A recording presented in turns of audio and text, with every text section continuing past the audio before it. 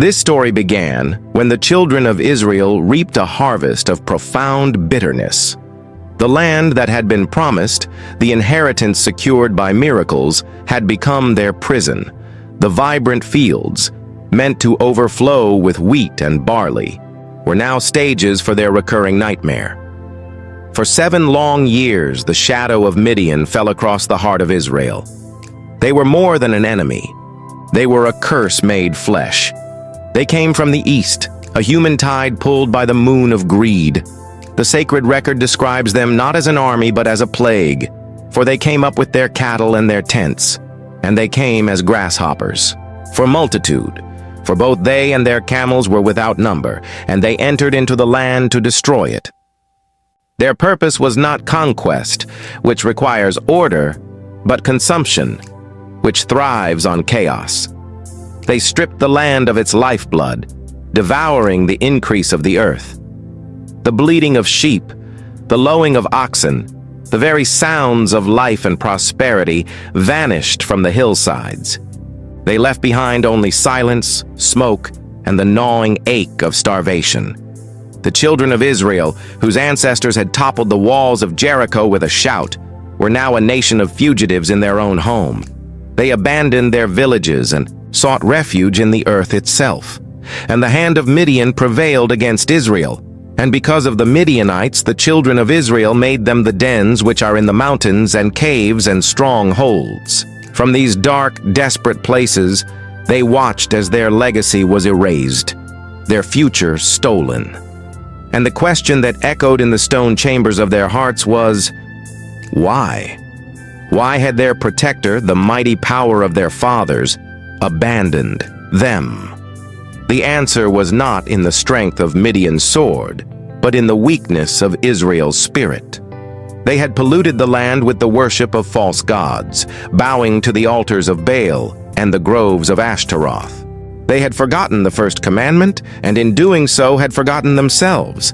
The children of Israel did evil in the sight of Yah, and Yah delivered them into the hand of Midian 7 years. It was a lesson delivered by fire and famine. And finally, at the bottom of their despair, when human pride was exhausted and only anguish remained, a sound rose from the caves and the dens, a sound unheard for years. Israel cried out unto Yahweh. In the territory of Manasseh, in the village of Ophrah, one man works against the backdrop of this national ruin. His name is Gideon, son of Joash. We do not find him sharpening a spear or rallying his kinsmen. We find him in a place of concealment, a pit dug into the earth for pressing grapes. But there are no grapes to press. The vines have been stripped bare. Instead, Gideon is threshing wheat. An act that should take place on an open threshing floor with the wind carrying away the chaff is now a furtive, desperate task performed in a hole in the ground to hide the precious grain from the ever-present Midianite patrols. This is the portrait of a man shaped by his subjugation. His world has shrunk to the size of this winepress. His spirit, crushed like the very grain he seeks to save. He is the embodiment of Israel's fear. Prudence has replaced valor. Secrecy has replaced strength. And it is into this tomb of hope that a light shines. A presence, wholly other, materializes from the thin air. An angel of Yahweh. The divine has entered the domain of the mundane. The sacred has invaded the space of fear. The angel looks upon this man, a man whose every action screams victim, and speaks a divine paradox, a prophecy disguised as a greeting. The angel of Yah appeared unto him and said unto him, Yah is with thee, thou mighty man of valor. Mighty man of valor. The words hang in the air, thick with irony. To Gideon, they must have sounded like a cruel joke.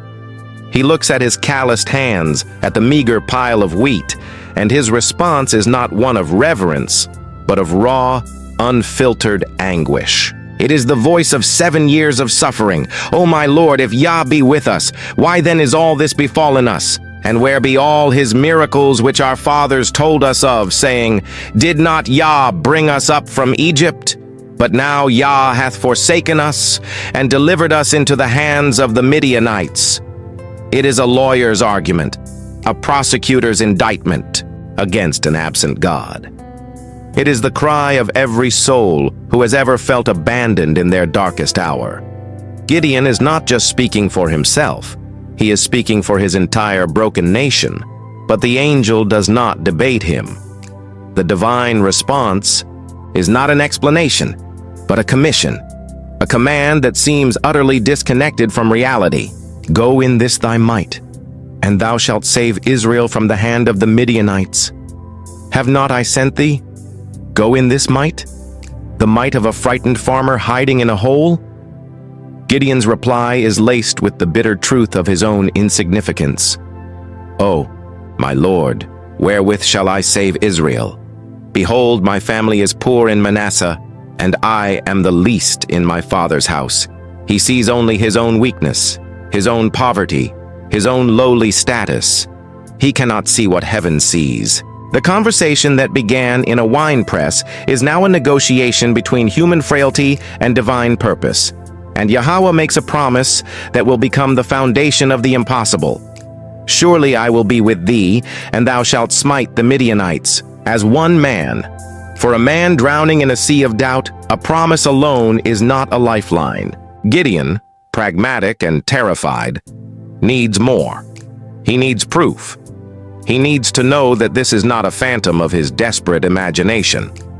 He asks the angel to wait while he prepares a tangible offering. A young goat, boiled and prepared, unleavened, cakes of flour. He is treating this divine messenger as an honored guest, yet his motive is not hospitality, but verification. He presents his offering upon a great rock, a makeshift altar between the mortal and the immortal. The angel extends the end of his staff, a simple gesture. He touches the meat and the bread. In an instant, the laws of nature are suspended. Fire erupts from the solid rock itself, a clean, white, consuming flame that devours the offering completely. And as Gideon stares, struck with terror and awe, the angel of Yahweh vanishes from his sight. The proof has been given. The sign is undeniable. The chilling realization crashes down upon him. He has not merely spoken with a messenger, he has been in the presence of the divine. And when Gideon perceived that he was an angel of Yah, Gideon said, Alas, O Lord God, for because I have seen an angel of Yah face to face. But instead of death, he receives assurance. He builds an altar there and calls it Yahweh Shalom, the Lord is peace. But this peace would have to be won through war. His first command is not to march on Midian, but to wage a spiritual battle in his own backyard. He is to tear down the idol's altar of Baal that his own father maintained, and to cut down the sacred grove beside it. This is the true beginning of his transformation. It is an act of profound courage, a direct assault on the spiritual corruption that caused Israel's suffering. By day he feared the Midianites. By night he defies the gods of his own people and the anger of his kinsmen. When the sun rises, the men of the city are incandescent with rage. This is a sacrilege. They trace the act to Gideon and descend upon his father's house, a mob demanding his death. But his father, Joash, in a moment of unexpected clarity, stands against them. His defense is simple yet profound. Will you plead for Baal? If he be a god, let him plead for himself, because one hath cast down his altar. Silence falls. The logic is inescapable. A god that cannot defend its own altar is no god at all. Gideon is spared and given a new name, Jerubbaal. Let Baal contend. Now, the spirit of Yahweh clothes Gideon. He is no longer just a man, he is an instrument. He blows the trumpet, and the clans begin to gather.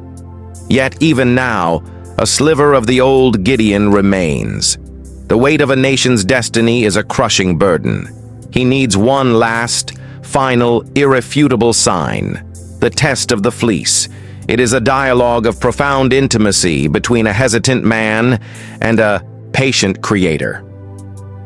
First, he asks for the impossible. Let the dew of the night fall only on the fleece, while the ground all around it remains perfectly dry. It is a request for a miracle in miniature, a targeted intervention of divine will. In the morning, it is so. He wrings the fleece, and a full bowl of water emerges from the wool, while the earth is dust. Any other man would be convinced. But the fear in Gideon is ancient and deep. He asks again, this time for a reversal, a counter-miracle.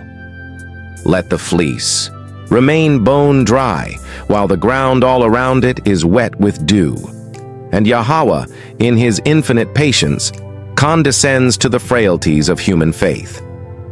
The next morning, the second sign is granted. The ground is wet, the fleece is dry. The negotiation is over. The testing is complete. The last vestiges of doubt have been washed away by a supernatural dew. Gideon is ready. The man who hid in a wine press is now prepared to command an army. The sound of Gideon's trumpet echoes through the hills of northern Israel. It is a sound of defiance not heard in 7 years, and the nation, weary of oppression, responds. From the tribes of Manasseh, Asher, Zebulun, and Naphtali, they come. Men armed with what they have, their hearts filled with a fragile, flickering hope. They gather near the spring of Harod, a fighting force, 32,000 strong. Below them, in the valley by the hill of Moreh, the Midianite horde is encamped. For the first time, the odds seem less daunting. A surge of human confidence, of martial pride, flows through the camp. They look at their numbers, at their unified ranks, and begin to believe that their own strength might just be enough. This is precisely the thought that Yahweh seeks to annihilate. The victory to come must be a sermon written in blood and fire, a lesson that will echo for eternity. The first principle of this lesson: the glory belongs to Yahweh alone. He speaks to Gideon, and his words are a chilling reversal of military logic. The people that are with thee are too many for me to give the Midianites into their hands, lest Israel vaunt themselves against me, saying, mine own hand hath saved me. Human pride is the true enemy. Man's belief in himself is the greatest obstacle to divine power. Therefore, the instrument of victory must be so impossibly small, so laughably weak, that no one could ever mistake the source of the triumph. The army must be purified. It must be reduced. The first test is a proclamation that cuts to the core of every soldier's soul. Whosoever is fearful and afraid, let him return and depart early from Mount Gilead. Fear is a contagion, but in this moment it is also a filter. 22,000 men confess that their terror of Midian is greater than their trust in Yahweh. They walk away. The army is gutted. 2/3 of its strength vanishes in a single morning. 10,000 remain, still a respectable force, still enough to give a commander hope in strategy and tactics, still too many for Yahweh. Another test is required, a test not of professed courage, but of innate character, a test that will reveal the inner man through the simplest of actions. Gideon is commanded to take them down to the water. The command is to watch how they drink. The vast majority, thirsty and complacent, kneel down, burying their faces in the cool stream. They are vulnerable. Their guard is down. Their focus is on their own immediate need, but a small remnant does not. These men remain poised, alert. They lap the water from their hands like a dog, bringing it to their mouths. Their heads are up. Their eyes are scanning. They drink, but they remain warriors. They quench their thirst, but they do not surrender their readiness. This is the spirit Yahweh is looking for: disciplined, vigilant, focused, and ready to move at a moment's notice. The count is made. The number of men who lap the water from their hands, who pass this subtle test of a warrior's spirit, is revealed. 300.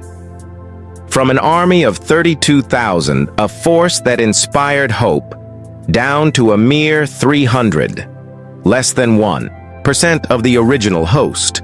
They now stand against a Midianite army of over 135,000. The odds are 450 to 1. It is no longer a battle plan. It is a suicide mission, or it is a divine masterstroke. The stage is now perfectly set. The instrument has been forged and refined. 300 men, stripped of all human confidence, left with nothing to rely on but the bare, naked word of their God. Night envelops the valley of Jezreel. Below, the camp of Midian is a sprawling city of darkness, punctuated by the embers of 1,000 fires. They sleep the sleep of the arrogant, secure in their overwhelming might. Above them, on the slopes of Mount Gilead, stand 300 men. Their mission has been given. Their weapons are not those of conventional warfare. Each man holds a shofar, a ram's horn trumpet. In his other hand, he holds an empty clay pitcher, and inside each pitcher, a lit torch, its light concealed by the earthenware. They are an army of potters and musicians, preparing to face a legion of killers. Even for Gideon, now a vessel of the divine spirit, the sight of the enemy host below must have been terrifying. To fortify his heart for the final, unbelievable act, Yahweh offers him one last piece of supernatural intelligence. He tells Gideon to take his servant, Phurah, and creep down to the edge of the enemy camp, to listen. In the shadows, they overhear a Midianite soldier recounting a dream to his comrade, a dream of bizarre and unsettling imagery. Behold, I dreamed a dream, and lo, a cake of barley bread tumbled into the host of Midian, and came unto a tent, and smote it that it fell, and overturned it that the tent lay along. A loaf of barley bread, the food of the poor, the symbol of the impoverished Israelites. The comrade's interpretation is instant and filled with a chilling, prophetic dread. He speaks the very truth Yahweh intends to demonstrate. This is nothing else save the sword of Gideon the son of Joash, a man of Israel. For into his hand hath God delivered Midian and all the host. From the mouth of the enemy the victory is declared. Yahweh has made the Midianites prophesy their own doom. For Gideon, this is the ultimate confirmation. He bows in worship, his spirit now ablaze. He returns to his 300 men, his voice no longer that of a hesitant farmer, but of a divine commander. Arise, for Yah hath delivered into your hand the host of Midian. The instructions are simple, precise, and insane. Surround the camp. On his signal, at the beginning of the middle watch, they are to perform 3 actions in unison: break the pitchers, blow the trumpets, and shout the battle cry. It is a strategy of psychological warfare, an attack on the mind and the senses. The midnight silence is shattered by a wave of calculated chaos. A sudden corona of light surrounds the camp, as if a vast army has materialized out of nowhere. The terrifying blast of 300 shofars, a sound reserved for great ceremony or the alarm of war, screams from the hillsides, creating the auditory illusion of an immense encircling force. And then, the shout. A unified war cry from 300 throats, amplified by the valley, sounding like tens of thousands. The sword of Yah and of Gideon. Panic erupts in the Midianite camp. Awakened from a deep sleep, their senses are assaulted. They see lights everywhere. They hear trumpets from every direction. They cannot identify their attacker. They cannot locate the front line. In the disorienting glare and noise, they see only shadows moving and assume any man nearby is an Israelite enemy. The divine strategy reaches its apex. Yahweh turns the sword of every man against his brother. The Midianite host implodes, consuming itself in a frenzy of friendly fire. The camp becomes a slaughterhouse of their own making. The great army, which had never been touched by an Israelite spear, cries out and flees into the night, utterly broken. The rout was absolute. The psychological attack had shattered their coherence, and the subsequent pursuit, joined now by the other tribes of Israel, annihilated their strength. The princes of Midian, Oreb and Zeb, were captured and slain. The kings, Zebah and Zalmunna, were run down by Gideon and his loyal 300. The 7-year reign of terror was over. The land was cleansed. The nation was delivered. And for 40 years, a generation, the land of Israel had rest. Peace had been purchased not by the might of an army, but by the obedience of a few. The victory over Midian is more than a historical account. It is a masterclass in the principles of the divine. It is a lesson for all ages, etched into the memory of a people. The first lesson: faith over fear. We witnessed the transformation of Gideon, a man who began in a winepress of fear and ended as a symbol of fearless trust. His journey teaches that courage is not the absence of fear, but obedience in spite of it. The second lesson: divine strategy over human strength. Yahweh chose the weak to confound the strong. The reduction of the army was a deliberate act to surgically remove human pride from the equation, ensuring that the victory could only be attributed to him. It demonstrates that heaven's arithmetic is different from our own. The third lesson: the power of unity and obedience. The 300 men acted as one sound, one light, one voice. Their unwavering trust in Gideon's bizarre plan was the key that unlocked the divine victory. They became a perfect conduit for a power far beyond their own. The story of Gideon echoes beyond the ancient hills of Israel. It speaks directly to the heart of the human condition. Every generation has its Midianites, the overwhelming forces of doubt, addiction, poverty, or injustice that seem to encamp around our lives, consuming our joy and stealing our future. Every soul has its winepress, a place of hiding where we thresh our meager hopes, convinced of our own insignificance. And into that place, the divine call still comes. Go in this thy might. Gideon's journey is a timeless roadmap. It shows that the first battle is always spiritual, tearing down the idols of fear and self-reliance in our own hearts. It proves that Yahweh often works most powerfully when we are brought to the end of our own resources, when our army of solutions has been reduced to almost nothing. It is in that place of radical dependence, armed with little more than obedience, and a willingness to look foolish to the world, that true miracles are born.